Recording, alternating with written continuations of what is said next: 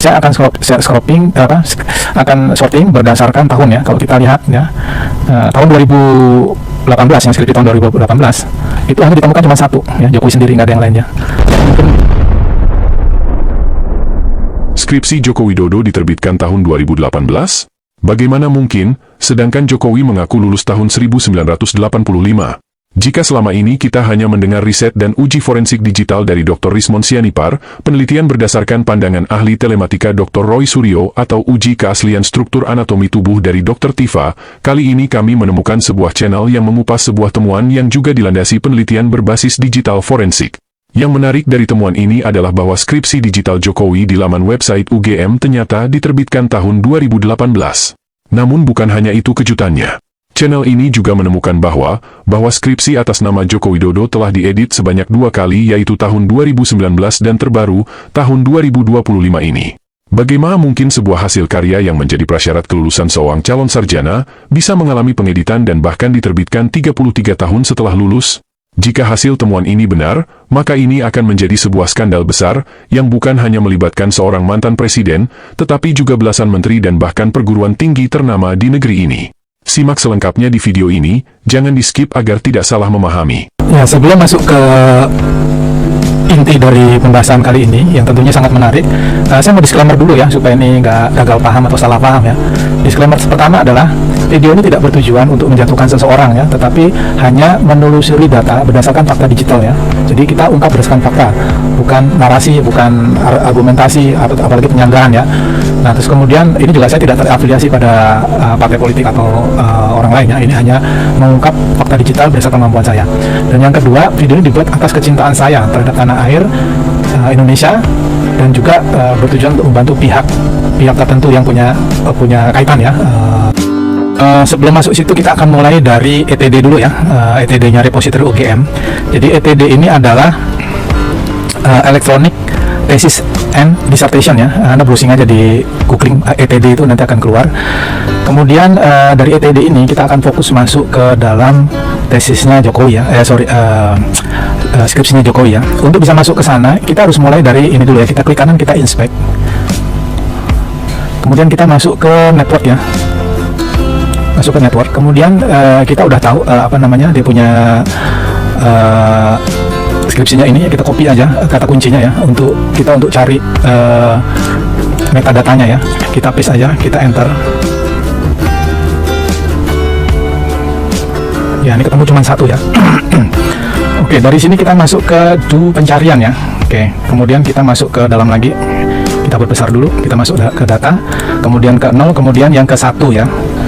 Nah, seperti kita lihat judulnya adalah studi tentang pola konsumsi bla bla bla bla, dibuat oleh di sini dikatakan Joko Widodo ya.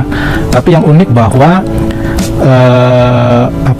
skripsi ini baru ditambahkan di bulan Februari, atau tepatnya 12 Februari 2019 ya, jam 8.42. Kemudian diubah baru beberapa hari yang lalu ya, tanggal 16 April 2025 jam 9.16. Selanjutnya siapa yang menambahkan? Nah, yang menambahkan ini ID 1002 ini. Ini ID ini refer pada seseorang yang menginput datanya ya. Kemungkinan itu ya, tolong koreksi kalau salah. Kemudian diubah oleh orang lain ini dengan kode ini ya. Kode ini menunjukkan bahwa ini user yang berbeda. Ya, ini user yang menambahkan, kemudian yang mengedit ini ada mengedit dengan jeda waktu yang berbeda ya. Jadi dimasukkan di tahun 2019, kemudian 2025 ini mereka ubah ya. Pengubahnya adalah ID ini, kemudian yang pertama nambahin yang ini nih adalah ID ini. Ini merefer pada seseorang user ya. Oke, ini yang pertama. Nah, pertanyaannya kenapa baru dimasukkan di 2009 ya? Oke, sebelum masuk situ saya masuk ke ini dulu aja. Saya akan masuk ke skripsinya ini ya. Kita klik aja masuk ke dalam. Kemudian kita masuk file PDF, kemudian kita akan download ini ya, bibliografi, table of. Ya, ini di-download dulu. Kemudian yang kedua ini table of content. Ya, selanjutnya title ya.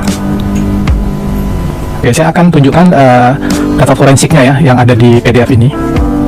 Setelah kita download, kita buka aja. Ya, saya menggunakan Acrobat Reader.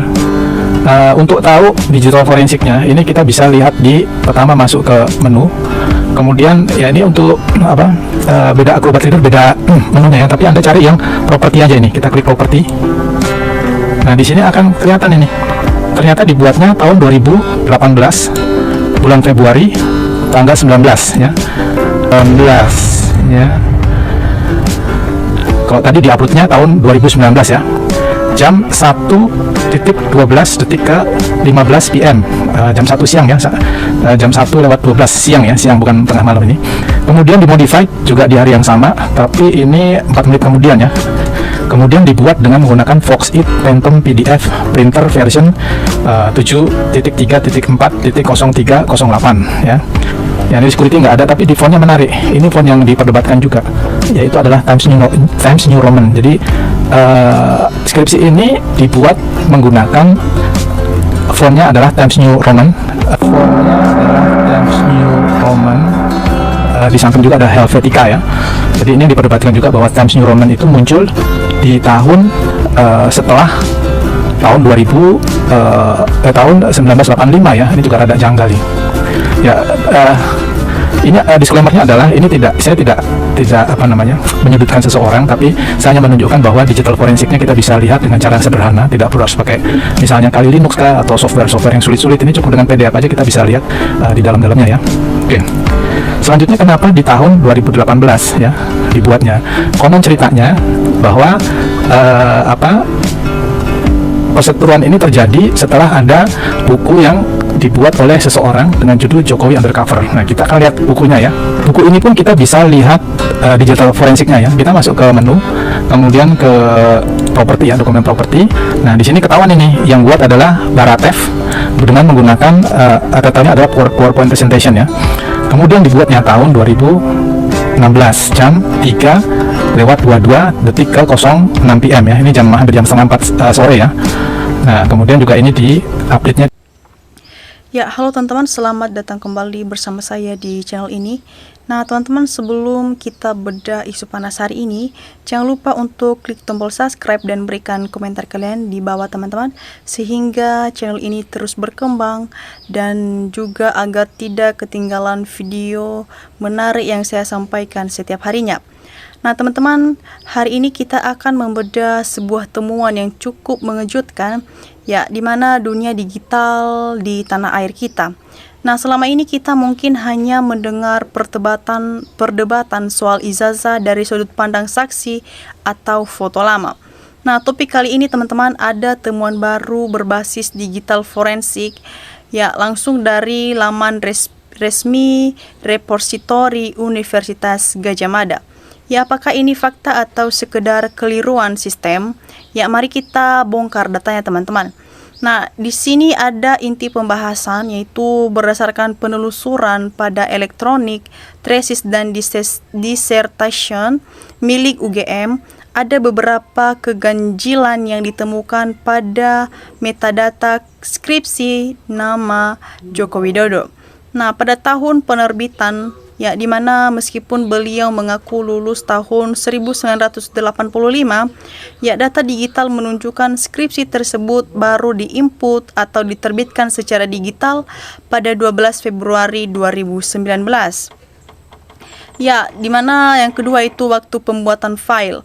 Ya, saat file PDF-nya diunduh dan diperiksa propertinya, terdeteksi bahwa dokumen tersebut dibuat pada tanggal 19 Februari 2018 ya, menggunakan perangkat lunak Foxit Phantom atau PDF. Ya, pertanyaannya, mengapa karya ilmiah tahun 1985 baru muncul versi digitalnya 33 tahun kemudian dengan metadata tahun 2018? Ya, yang ketiga yaitu jejak pengeditan. Ya, di mana data menunjukkan adanya aktivitas editing sebanyak 2 kali, yaitu pada tahun 2019 dan yang terbaru pada tanggal 16 April 2025. Ya, teman-teman, ini memunculkan tanda besar di mana mengapa sebuah syarat kelulusan sarjana masih mengalami pengeditan puluhan tahun setelah lulus. Ya, teman-teman, yang keempat yaitu adanya analisis font, ya, di mana ada perdebatan teknis mengenai penggunaan font Times New Roman dan dokumen tersebut, yang mana secara historis menggunakan font ini di mesin ketik atau komputer belum lazim di tahun 1985.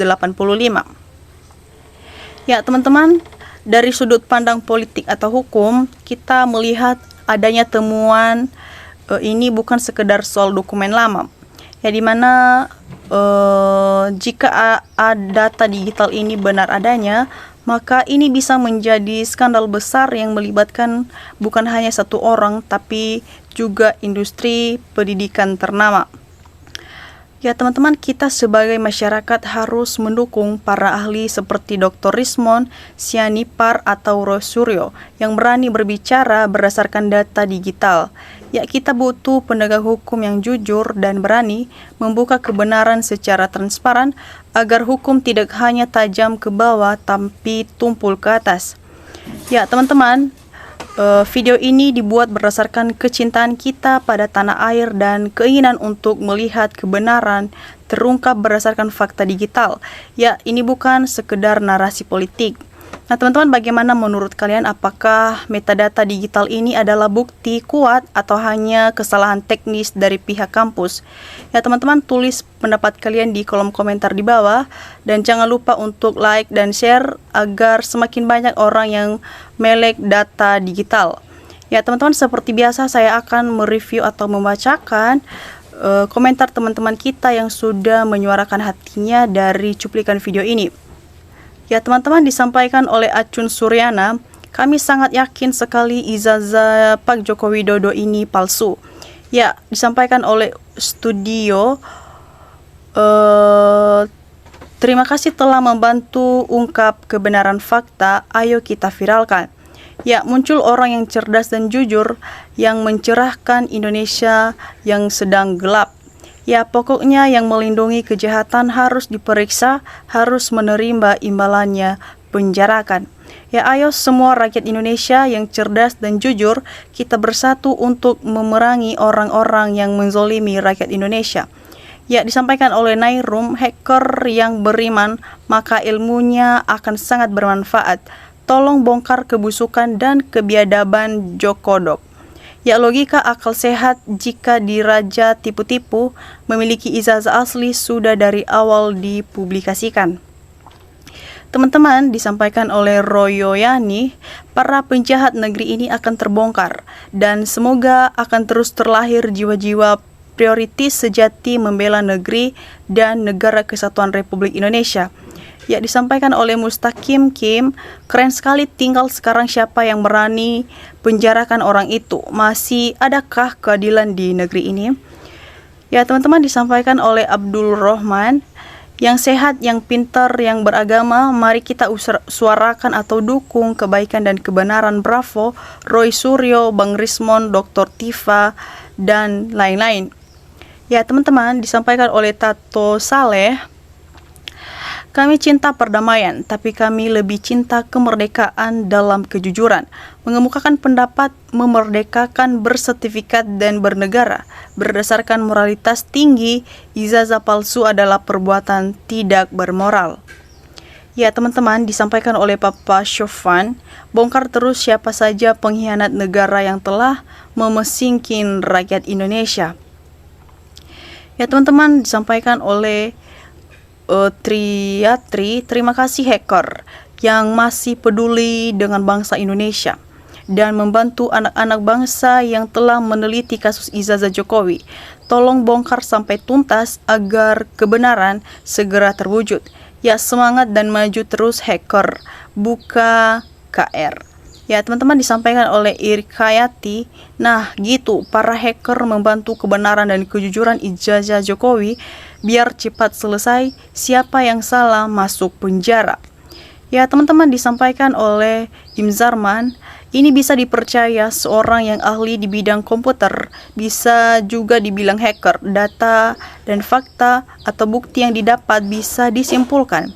Jika ijazah Jokowi itu palsu, jika skripsi palsu, dipastikan ijazah itu juga palsu.